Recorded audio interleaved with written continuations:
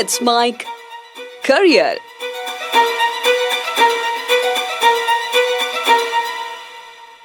नमस्कार, let's make career में आपका स्वागत है। इस कार्यक्रम में हम पढ़ते हैं राजस्थान सरकार द्वारा आयोजित की जाने वाली विभिन्न भर्ती परीक्षाएं और उन भर्ती परीक्षाओं में कुछ ऐसे खास टॉपिक, कुछ खास पॉइंट्स जो परीक्षार्थियों के लिए काफी महत्वपूर्ण साबित हो सकते हैं। इस कड़ी में हमने शुरुआत की थी राजस्थान का आर्ट एंड कल्चर, कला और संस्कृति से हमने पढ़ना शुरुआत किया था। और उसके बाद हमने जो लास्ट टॉपिक पढ़ा ये हमने देखा राजस्थान में प्रजामंडल आंदोलन। अब इस कड़ी में आज देखने वाले हैं राजस्थान की शौर्य परंपरा, यानी कि राजस्थान के प्रमुख ऐसे वीर और प्रमुख ऐसे व्यक्तित्व जिनका राजस्थान के इतिहास में महत्वपूर्ण योगदान है। तो ऐसे कुछ प्रमुख व्यक्तित्व पर हर बार घूम फिरकर एक ना एक सवाल आता रहता है। एग्जाम के लिहाज से भी इम्पोर्टेंट है और राजस्थान का इतिहास के लिहाज से भी, यानी कि राजस्थान के इतिहास को समझने के लिहाज से भी ये काफी जरूरी चीजें हैं कि कौन कौन से वीर योद्धा राजस्थान में उत्पन्न हुए। अब आइए करते हैं शुरुआत राजस्थान की शौर्य परंपरा। अब पहले तो ये बात हम सभी जानते हैं कि जब भी शौर्य परंपरा युद्धों की बात होती है तो राजस्थान या राजपूताना अपने आप ही भारत के जो कुछ उंगलियों पर सबसे पहले गिनने वाले स्थान है उनमें से सबसे ऊपर आता है। राजस्थान का राजपूताना, राजस्थान का पूरा क्षेत्र, ये हमेशा से वीरों की भूमि रहा है। तो जनरल इंट्रोडक्शन इसी बारे में है कि भारत के इतिहास में राजस्थान का विशेष स्थान उसकी अनोखी शौर्य परंपरा के कारण रहा है। राजस्थान जाना ही इस वजह से जाता है, अगर इतिहास की बात की जाए तो राजस्थान यानी योद्धाओं की भूमि। राजस्थान की भूमि अपने वीर सपूतों के लिए प्रसिद्ध रही। यह शौर्य यहाँ बताई गई है जहाँ एक और प्राचीन समय में घटित हुए, पुरानी सभ्यता में देखा गया, फिर मध्यकालीन युग में और आधुनिक काल में भी यहाँ अनेक साहसी योद्धा हुए। इवन अगर आप अभी का भी एग्जाम्पल देखें, अभी भारत और पाकिस्तान के बीच में जो ऑपरेशन सिंदूर वाला युद्ध हुआ, हल्का सा 3-4 दिन जो युद्ध चला, उसमें भी राजस्थान के सैनिकों की, राजस्थान के वीरों की बहुत ही महत्वपूर्ण भूमिका रही। अगर कहीं कुछ घटना होती है ऑपरेशन सिंदूर के दौरान भी, उसके बाद जो छिटपुट घटनाएं हुई, अगर देश में शहीदों की संख्या देखी जाए तो सबसे ज्यादा राजस्थान के ही लोग हैं। ये हमेशा से अपनी मातृभूमि की रक्षा के लिए प्राणों की आहुति देते आए हैं। इस बारे में इतिहासविद जेम्स टोड ने कहा, उन्होंने कहा कि राजस्थान में कोई छोटा सा राज्य भी ऐसा नहीं है जिसमें थर्मोपल्ली जैसी रणभूमि ना हो, और शायद ही ऐसा कोई नगर ना मिले जहां लियोनिदास जैसा वीर पुरुष पैदा नहीं हुआ हो। राजस्थान में आप कहीं से भी कोई भी क्षेत्र उठा के देख लें, दक्षिण राजस्थान में मेवाड़ से लेकर उत्तरी राजस्थान में बीकानेर हनुमानगढ़ तक, या पश्चिमी राजस्थान जैसलमेर से लेकर पूर्वी राजस्थान भरतपुर रियासत तक, हर जगह आपको वीर योद्धाओं का इतिहास ही मिलेगा। राजस्थान में आरंभ से लेकर रियासती और सामंती संघर्ष इतने ज्यादा रहे, पुरानी बात बताई जा रही है कि यहाँ युद्धों का एक लंबा सिलसिला देखने को मिला, पुराने भी युद्ध यहाँ चलते रहे। दूसरा, राजस्थान भारत के पश्चिमी क्षेत्र में है और प्राचीन भारत में या मध्यकालीन भारत में जितने भी आक्रांत आए वो भारत की पश्चिमी सीमा से ही आए, क्योंकि भारत के तीन ओर तो समुद्र है, दक्षिण से कोई आ नहीं सकता, उत्तर में हिमालय है। तो उत्तर, पूर्व और दक्षिण ये सीमाएं भारत की प्राकृतिक रूप से सुरक्षित रही है। केवल पश्चिम की सीमा ऐसी थी कि जहां से कोई भारत में प्रवेश कर सके। हिंदू कुश के कुछ दर्रे ऐसे थे, उनके माध्यम से, उनके बीच से रास्ता बनाते हुए कुछ आक्रांता यहाँ आए। इस कारण भी राजस्थान की भूमिका युद्धों की बहुत ज्यादा, या युद्धों में बहुत ज्यादा आपस में उलझी हुई भूमिका रही। क्यों रही? क्योंकि जो भी पश्चिम से बॉर्डर क्रॉस करके आता तो उसको रास्ते में राजस्थान मिलता ही मिलता। पुराने जितने भी आक्रांत आए, उन सब की अगर आप देखोगे तो वो भी सबसे पहले राजस्थान के युद्धों से ही टकराए हैं। तो राजस्थान में आरंभ से ही रियासती और सामंती संघर्ष चलता रहा। यहाँ के शासकों ने तुर्क, उसके अलावा दिल्ली सल्तनत के शासक, सिंध से आए आक्रमणकारी, बंगाल के पाल शासकों, दक्षिण के चालुक्य, पूर्व के चंदेल और गहरवाल, इसके अलावा मराठे, इन सब के खिलाफ राजस्थान ने युद्ध लड़े हैं। कुछ प्रमुख युद्ध जैसे कि तराइन का युद्ध, खानवा युद्ध, हल्दी घाटी का युद्ध, ये सब राजस्थान के कुछ इतिहास प्रसिद्ध युद्ध हैं।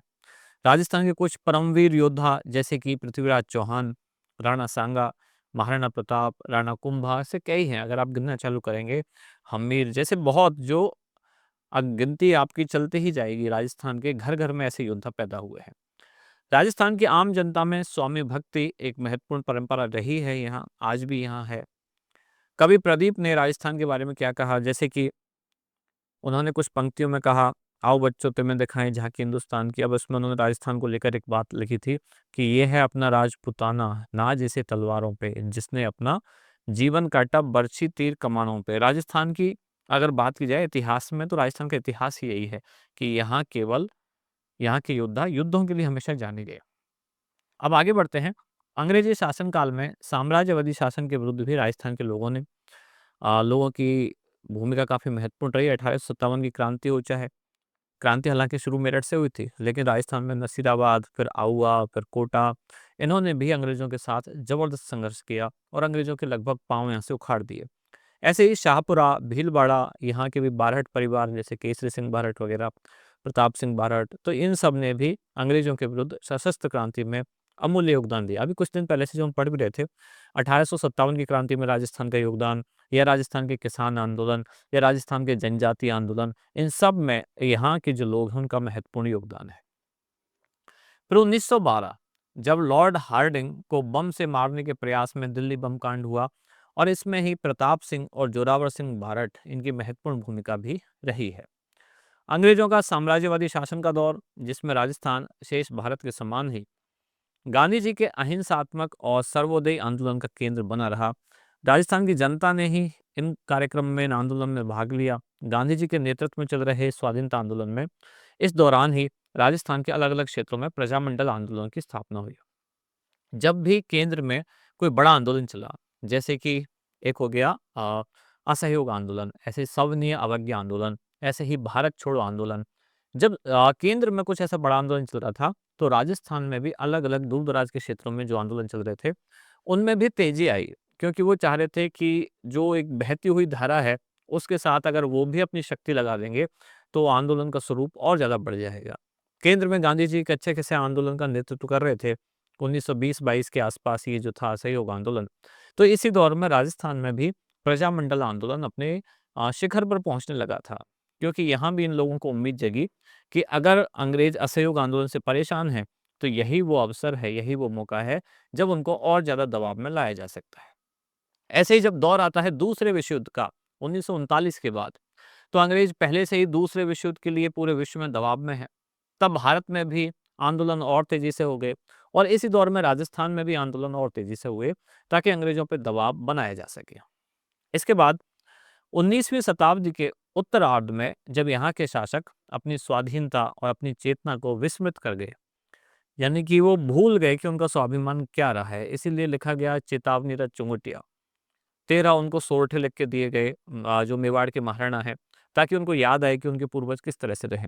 और इसी कारण जब ये अपनी स्वाधीनता चेतना को भूल गए, तभी इनका झुकाव अंग्रेजों की ओर होने लगा और राजा केवल ऐश आराम में अपना जीवन बिताने लगा, और इन्होंने अंग्रेजों के साथ मिलकर किसानों का शोषण किया।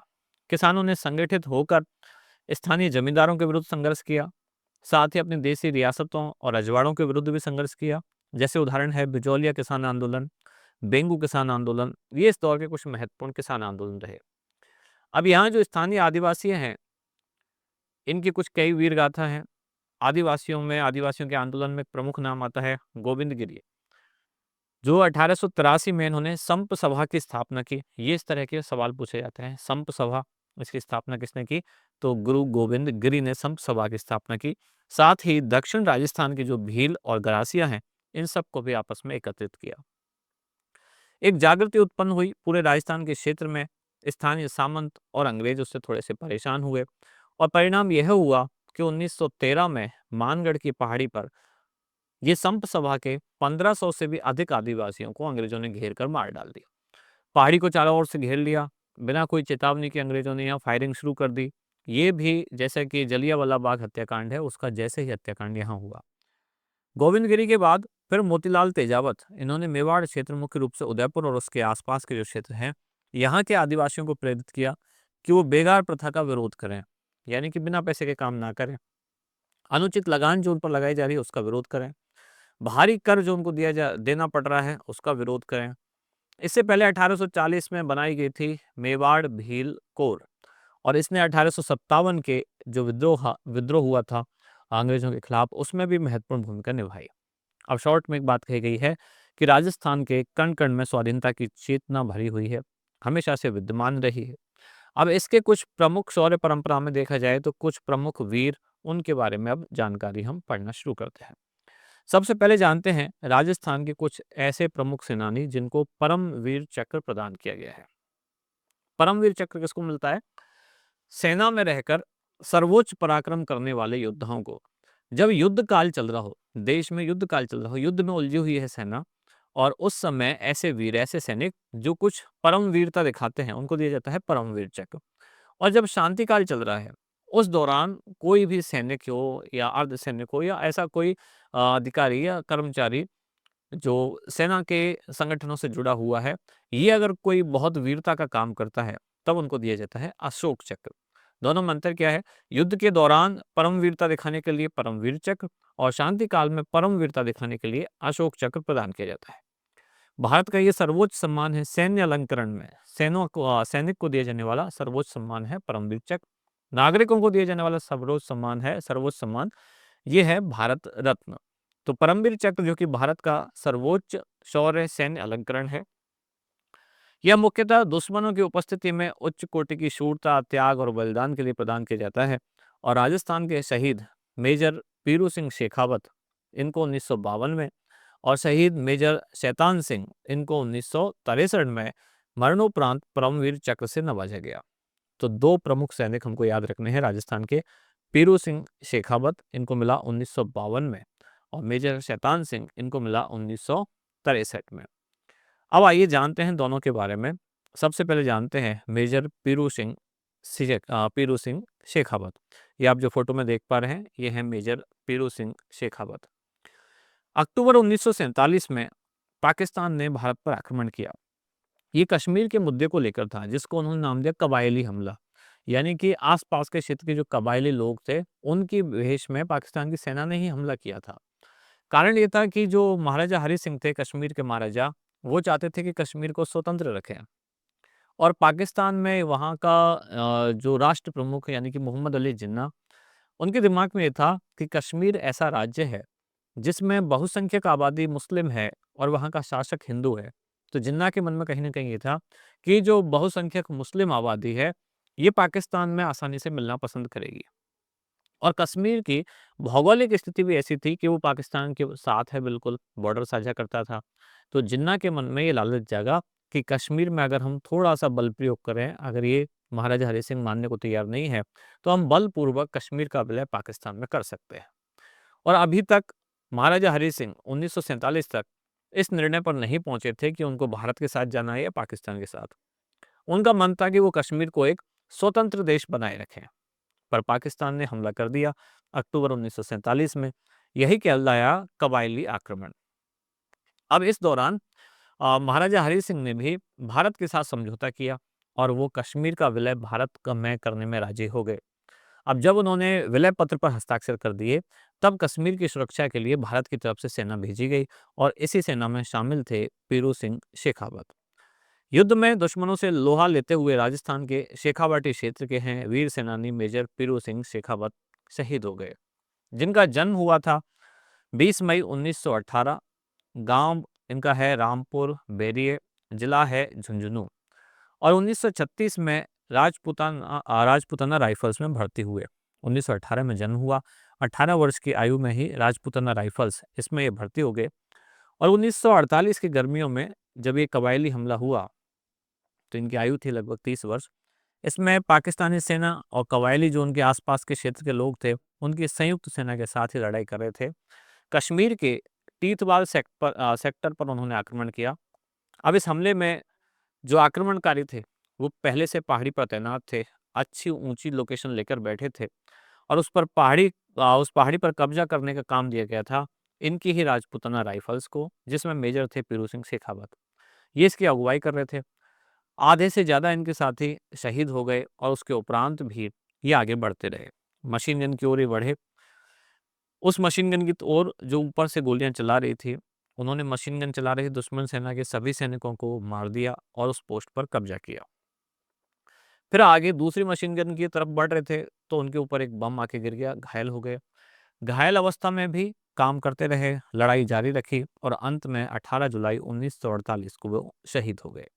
अब इन्होंने जो ये इतना वीरतापूर्वक काम किया, इसके लिए ही इनको मरणोपरांत भारत सरकार के सर्वोच्च सैनिक सम्मान यानी कि परमवीर चक्र से सम्मानित किया गया। तो राजस्थान की जो प्रमुख विभूति हैं या प्रमुख शौर्य परंपरा में प्रमुख योद्धा हैं, उनमें पहला नाम आता है आज़ाद भारत के बाद, ये है मेजर पीरू सिंह शेखावत। तो पीरू सिंह शेखावत झुंझुनू जिले के हैं और ये पाकिस्तान के साथ लड़ाई में शहीद हुए थे। पहला ही युद्ध जो पाकिस्तान के साथ हुआ, अक्टूबर 1947 में जब कबायली हमला हुआ, उसके जवाब में इनको भेजा गया था। इनकी टीम को कश्मीर के टीतवाल पर भेजा गया और उस पहाड़ी पर पहले से ही पाकिस्तान और उनके कबायली क्षेत्र के जो लोग हैं वो तैनात थे। ऊपर चोटी से बम बरसा रहे थे, गोलियां बरसा रहे थे, फिर भी इनकी पलटन ने उस पहाड़ी पर कब्जा कर लिया। लेकिन उस दौरान ये शहीद हो गए और इसी कारण इनको बाद में मिला परमवीर चक्र। दूसरे व्यक्ति जो आप देख रहे हैं फोटो में, ये है मेजर शैतान सिंह। पहले जो थे पीरू सिंह शेखावत, इनका तो इतिहास है पाकिस्तान के साथ युद्ध में, लेकिन मेजर शैतान सिंह ये चीन के साथ जो युद्ध हुआ भारत का, उसमें इन्होंने परम वीरता दिखाई। तो आइए जानते हैं। 1961-62 में पड़ोसी देश चीन ने भारत पर हमला किया और भारत के पास उस समय साधन बहुत कम थे, संसाधन ना के बराबर थे। ऐसा कहा जाता है कि दो सिपाहियों के बीच में केवल एक के पास ही लड़ने के लिए राइफल थी और बर्फ पर चलने के लिए जो आवश्यक उपकरण चाहिए वो भी भारतीय सैनिकों के पास नहीं थे। और ऐसी जो विकट परिस्थितियां हैं, विसंगत परिस्थितियां हैं, उनमें भी यहाँ के योद्धाओं ने परम वीरता दिखाई। अब इसमें राजस्थान के थे मेजर शैतान सिंह।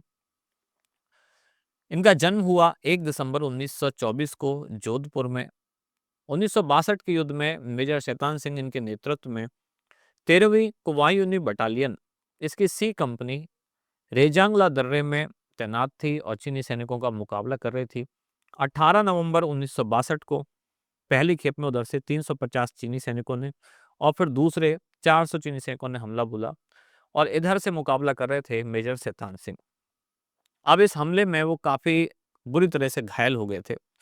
फिर भी एक पोस्ट से दूसरी पोस्ट पर जा के ये अपने सैनिकों का हौसला बढ़ाते रहे, उनको आश्वासन देते रहे और इस कारण उन्होंने भारत के सैनिकों ने 1000 से भी अधिक चीनी सैनिकों को मार गिराया। अभी किसी चमत्कार से कम नहीं था। आज के दौर के इस युद्ध में मिनिमम संसाधन होने के बाद भी इनके पास ठीक से खाने को, पहनने को या युद्ध के लिए हथियार, ये सब संसाधन भी ना के बराबर थे। फिर भी इन्होंने 1000 से अधिक चीनी सैनिकों को मार गिराया, ये और इनकी पूरी टीम ने। और इस संघर्ष में भी ये मेजर शैतान सिंह वीर गति को प्राप्त हुए। ऐसा कहा जाता है कि इन्होंने इनकी मृत्यु होने के बाद भी, यानी कि इनके मृत शरीर में भी चीनी सैनिकों ने पहले गोली मार के देखा। उनको ऐसा लग रहा था कि क्या पता अभी भी ये जीवित हो।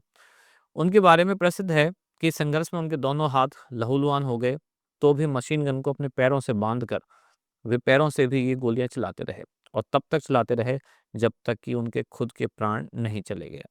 और इस कारण उनको मरणोपरांत 1963 में परमवीर चक्र से सम्मानित किया गया। ये दूसरे व्यक्ति जिनका नाम है मेजर शैतान सिंह। पहले जिनको परमवीर चक्र मिला वो हैं मेजर पीरू सिंह शेखावत, दूसरे हो गए मेजर शैतान सिंह।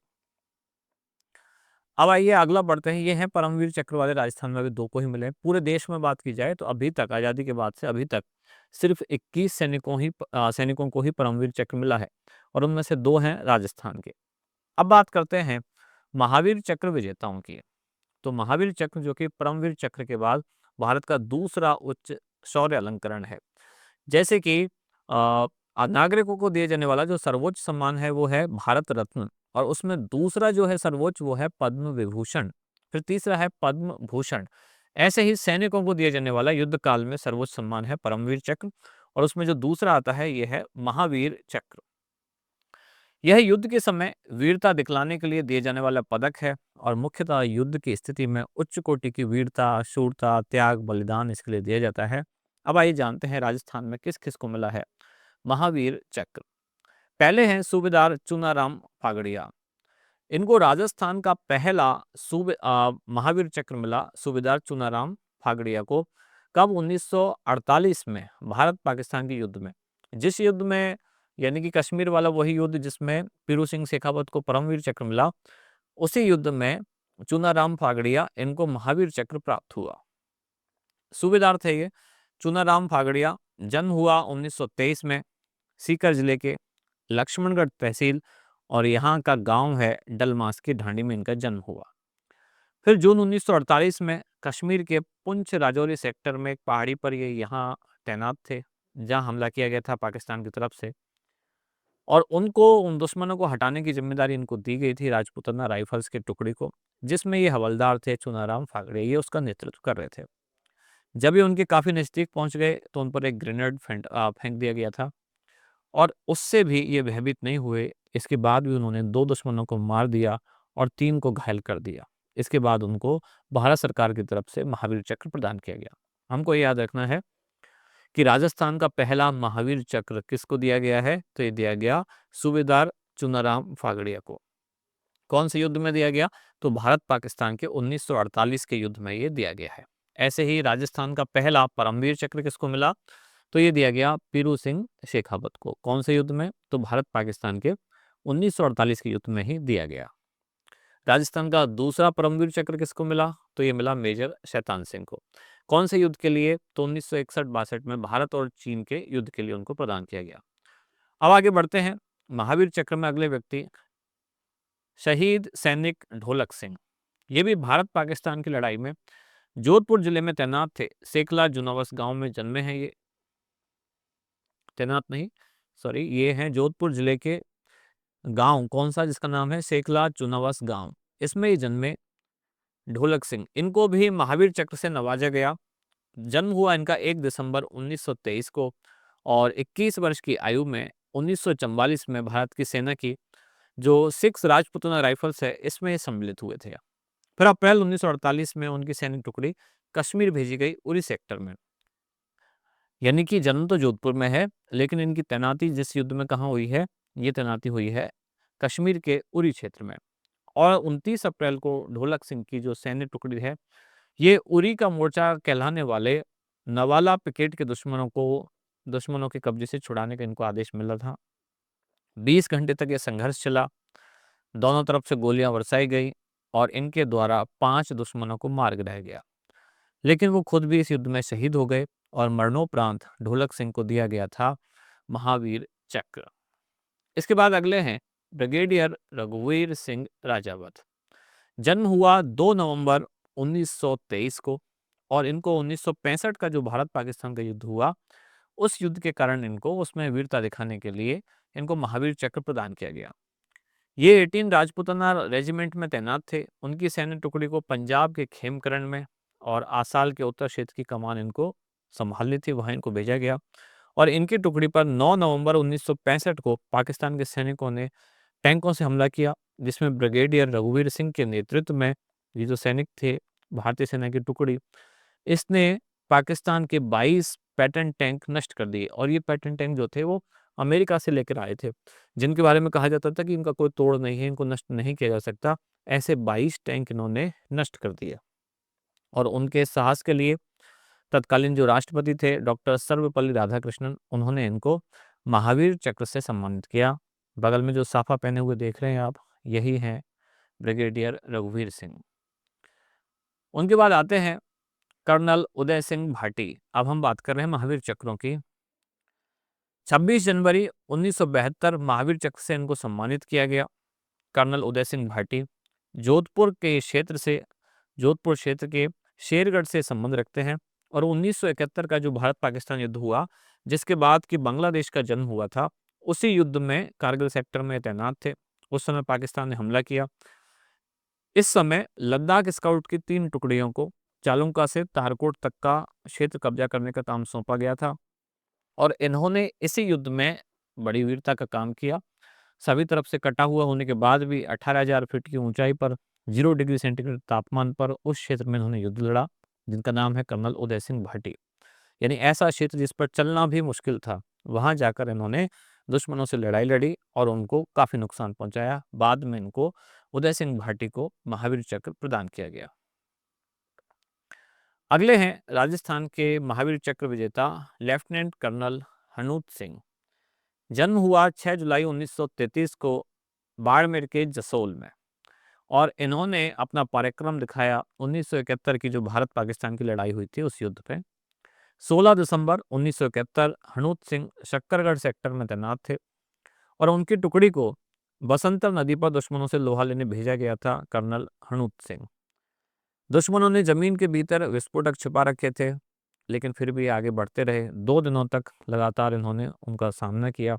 700 मीटर अंदर तक पाकिस्तान की सेना में चले गए और वहाँ इन्होंने 50 टैंक नष्ट कर दिए और उनके इसी साहस के कारण इनको महावीर चक्र से नवाजा गया। इसके अलावा 1971 के युद्ध के बाद पाकिस्तान ने भी उनको फ़क्र हिंद से नवाजा और अभी यानी कि बहुत टाइम नहीं हुआ है, 10 साल पहले लगभग अप्रैल 2015 में उनका निधन हुआ। अगले हैं lieutenant colonel Sawai Bhawani Singh. Lieutenant colonel Bhawani Singh जो कि 5 और 6 दिसंबर 1971, यह वही 1971 का युद्ध है जिसके बाद बांग्लादेश का जन्म हुआ। इसमें ये पैराशूट रेजिमेंट के तहत चचरों और वीरवाह इस पोस्ट पर तैनात थे। 4 दिन तक दुश्मनों के साथ ये युद्ध लड़ते रहे। बाद में इन्होंने अपने उद्देश्य में सफलता प्राप्त की और इसी कारण भारत सरकार ने इनको महावीर चक्र से सम्मानित किया। महावीर चक्र विजेता में अगले हैं ग्रुप कैप्टन चंदन सिंह। अब ये ग्रुप कैप्टन जो ओहदा है ये वायुसेना में दिया जाता है। वायुसेना के अधिकारी थे और 1971 की लड़ाई के समय ये असम में तैनात थे जब पाकिस्तान के साथ युद्ध चल रहा था। उन्होंने करीब 3000 सैनिकों और 40 टन युद्ध सामग्री को अत्यंत सीमित क्षमता वाले हेलीकॉप्टर से हवाई मार्ग के द्वारा ढाका की ओर पहुंचाया और अपने साथियों के साथ उड़ान भरी। यानी इनको जो काम दिया गया था सैनिकों को ढाका तक पहुंचाने का और इन्होंने करीब 3000 सैनिकों को और 40 टन युद्ध सामग्री के साथ ढाका तक पहुंचाया। रात में जब माना जाता था कि लैंड करना काफ़ी मुश्किल है, नीचे हेलीकॉप्टर उतारना काफ़ी मुश्किल है, तब भी इन्होंने ये जो रिस्की लैंडिंग है ये की। 7 और 8 दिसंबर को उन्होंने 8 बार उड़ान भरी और इसके बाद शत्रुओं की सीमा के भीतर जा जाकर सफलतापूर्वक ऑपरेशन को अंजाम दिया। इस दौरान उन्होंने 18 बार इस मिशन को पूरा किया और इसी कारण उनको 1972 में महावीर चक्र प्रदान किया गया। महावीर चक्र विजेताओं में अगला नाम है नायक सुगन सिंह। ये नागौर जिले के निवासी हैं नायक सुगन सिंह और 1971 की जो भारत पाकिस्तान की लड़ाई हुई उसमें ये 7वीं राजपूताना राइफल्स में त्रिपुरा में तैनात थे। नॉर्थ ईस्ट वाला जो सेक्टर है वहाँ तैनात थे और 9 दिसंबर 1971 को उन्हें उनके दल के साथ भेजा गया मायना माटी। ये मायना माटी नामक स्थान पर भेजा गया कि यहाँ जाकर आपको आक्रमण करना है और जहाँ पहले से ही दुश्मन बंकर बना के बैठे हुए हैं, पक्के बंकर बनाकर मशीन गनों के साथ बैठे हुए, सुगन सिंह को भेजा गया। इन्होंने एक सेक्शन नष्ट कर दिया, वो जो उनको आदेश मिला था। इन्होंने एक मीडियम मशीन गन पोस्ट को निशाना बनाया, उसको नष्ट कर दिया। इस दौरान उनके कंधे पर गोली लगी। उसके बाद भी इन्होंने बंकर पर हथगोला फेंका और 2 दुश्मनों को मार गिराया। उसके बाद दूसरी मीडियम मशीन गन पोस्ट को निशाना बनाया, लेकिन उस दौरान वे काफ़ी घायल अवस्था में थे। फिर भी ग्रेनेड से दूसरे बंकर को नष्ट कर 3 सैनिकों को मार गिराया। लेकिन बाद में इस पूरे संघर्ष में ये भी शहीद हो गए और इनको मरणोपरांत दिया गया महावीर चक्र। तो अभी तक आपने देखा राजस्थान के कई सारे योद्धा। अभी हमने परमवीर चक्र से शुरुआत की है और महावीर चक्र में हमने नायक सुगन सिंह तक देखे हैं। नायक सुगन सिंह के बाद एक और देख लेते हैं जिनका नाम है नायक दिगेंद्र कुमार परसवाल। इनको भी महावीर चक्र से सम्मानित किया गया। इनका जन्म हुआ 3 जुलाई 1969 को सीकर जिले के झालरा गांव में। इनके पिताजी शिवदान जो कि स्वतंत्रता सेनानी थे, बाद में सेना में भर्ती हो गए। ये 1948 की लड़ाई में शिवदान जी की सांस नली में गोलियां लगी और उन्हीं के पिताजी की प्रेरणा से उनके पुत्र दिगेंद्र सिंह ये भी सेना में भर्ती हुए। ये 2 राजपूताना राइफल्स में थे और कारगिल युद्ध के समय टुकड़ी को तोलोलिंग की चोटी पर कब्जा करने का आदेश दिया गया था। 10 जून 1999 की शाम इन्होंने तोलोलिंग की चोटी पर कब्जा करने के लिए आगे बढ़े थे। कील ठोकने में चट्टानों में कील ठोकने का काम इनको दिया गया। चट्टानों में कील ठोकते गए, उन पर रस्सी बांधकर रास्ता बनाते गए और ऊपर चढ़ते जा रहे हैं क्योंकि कारगिल के युद्ध में जो पाकिस्तानी सेना थी वो काफ़ी ऊपर पहले से ही पोजीशन लेके बैठ गई थी। 14 घंटे के बाद ये वहाँ 12 जून 1999 की दोपहर में पहुंचे। पाकिस्तानी सेना ने वहाँ 11 बंकर बना रखे थे। रात के अंधेरे में वो चोटी की ओर बढ़े, पर चोटी पर पहले से ही जो वहाँ के सैनिक थे मशीन गन के साथ घात लगाकर बैठे थे। दिगेंद्र का हाथ अचानक मशीन गन की बैरल को छू गया, जो कि बम बरसाने के कारण गर्म हो रहा था और दिगेंद्र ने उसका मुंह बंकर की ओर कर दिया, जिससे कि उनका एक बंकर नष्ट हो गया। दुश्मन के करीब इसमें 250 कमांडो आर्टिलरी लगातार गोला बरसा रहे थे और इधर से दिगेंद्र और उनके साथी ये भी लगातार फायरिंग करते रहे। लेकिन हमले के दौरान इनके हाथ से मशीन गन छूट गई उनके साथी एक-एक करके मारे गए। लास्ट में इन्होंने 11 बंकरों पर 19 हथगोले फेंके। दुश्मन के मेजर अनवर वो मारे गए और 13 जून 1999 जब तुलोलिंग की चोटी पर सुबह 4 बजे इन्होंने कब्जा कर लिया और तिरंगा फहरा दिया गया। और इसके बाद इनकी इसी बहादुरी की वजह से भारत सरकार ने उन्हें 15 अगस्त 1999 स्वतंत्रता दिवस के अवसर पर महावीर चक्र से सम्मानित किया। तो ये योद्धा हुए राजस्थान के वो जिनको परमवीर चक्र और महावीर चक्र से सम्मानित किया गया। अब ऐसे कौन कौन से वीर सेनानी हैं जिनको अशोक चक्र से सम्मानित किया गया, वो अब पढ़ेंगे नेक्स्ट क्लास में। कार्यक्रम पसंद आता है तो अवश्य हमको कमेंट करके बताएं। इसी तरह की अन्य जानकारियों के लिए जुड़े रहिए लेट्स माइक के साथ। धन्यवाद।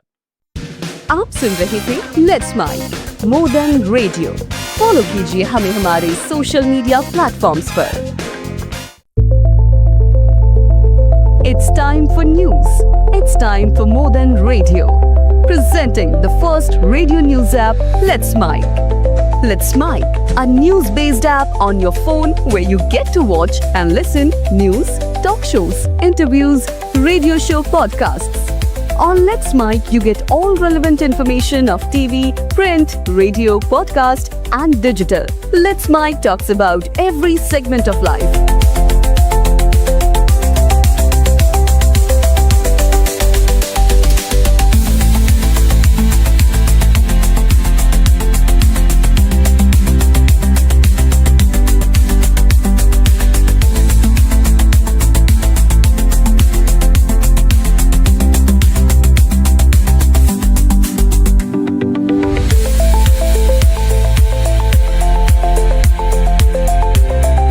Download the app now from Play Store. Available both on Android and iOS mobile phones. Follow us on YouTube, Instagram, Twitter, LinkedIn, Facebook, Telegram, WhatsApp, Snapchat. Let's talk, let's connect, and let's mic.